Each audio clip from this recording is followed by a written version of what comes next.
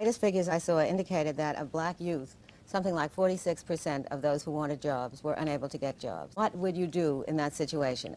If you would assume for a moment that these are people who do want jobs and are unable to find work. I would, first of all, repeal the minimum wage law, because if you go back to, say, 1950, 1948, 49, 50, you find that at that time, the unemployment rate among black teenagers was a fraction of what it is today. And there certainly wasn't any less racism then than there is today.